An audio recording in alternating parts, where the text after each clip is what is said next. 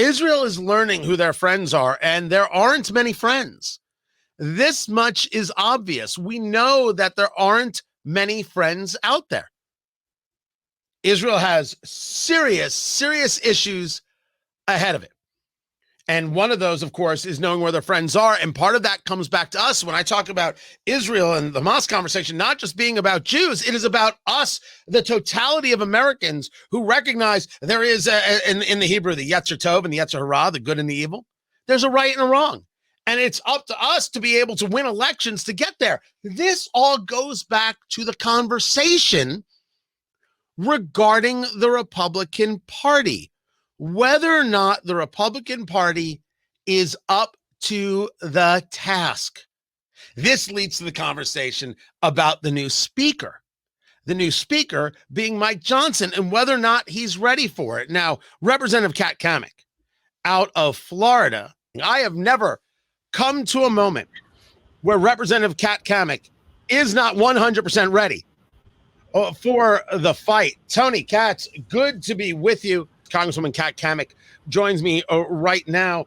It's good to be with you. I know you were filing some bills on the House floor, but I want to, before getting into some of the Israel conversation that exists, so much of this is about whether or not Representative Mike Johnson, the Speaker of the House, is up to the task of not only helping Republicans win, but fighting back against some real insanity we're seeing on the political left. And the political left has decided to tell me that he is the biggest Christo-fascist who has ever lived in the history of Congresswoman. So is Mike Johnson up for this?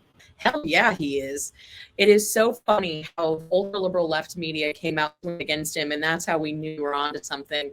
Just, I mean, every element of his life, his faith, his family, who have somebody who's very thoughtful, strategic, a constitutional conservative. You combine that with that warm type of, Southern hospitality. He's from Louisiana, and it can be quite effective. And I think you're going to see Mike Johnson jamming the Senate, jamming the White House, because he's a principled conservative, but he's also very disarming in that way that he's going to be effective in ways that we haven't seen before. So he's up to the task. He's up for the fight. Well, the pushback is already beginning on this $14.5 billion where he wants to take the money out of IRS funding and give that to Israel. This was one of your colleagues, Democrat from New York, Dan Goldman, responding to that.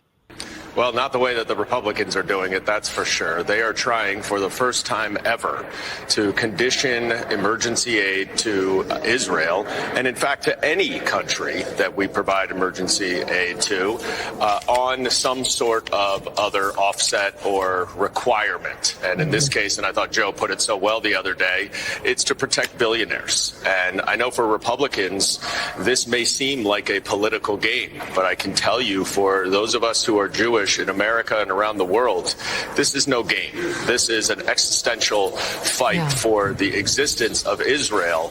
And it is odd to me, myself being Jewish, I don't think you have to be Jewish to think it odd, Representative Cammack, that Dan Goldman thinks that Speaker Johnson is playing a game, but it is his party that is lousy with members who are clearly, in my view, supporting Hamas. Yeah. This is exactly the fight that he's up against, Speaker Johnson is. How should he respond? Well, Representative from New York there, bless his heart. I served with him on weaponization, and in the South, that's what we would say, bless his heart. It's interesting that the minute that we find a pay for that goes against the political agenda of the left, they have to stomp and scream and make it about them.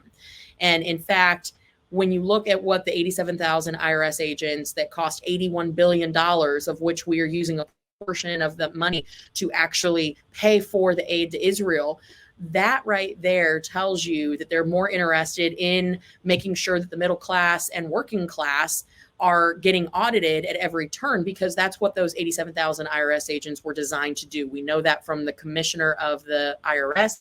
He even said it in a memo that that's what those people were designed to do.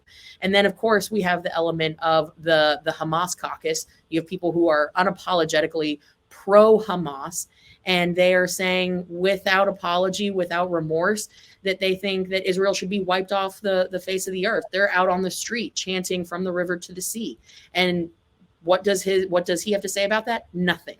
So it's pretty telling about where we are at here in Congress. We make apologies for standing with Israel, and we're going to do it in a smart way that is, again, an America First policy, not putting the burden on the American taxpayer. But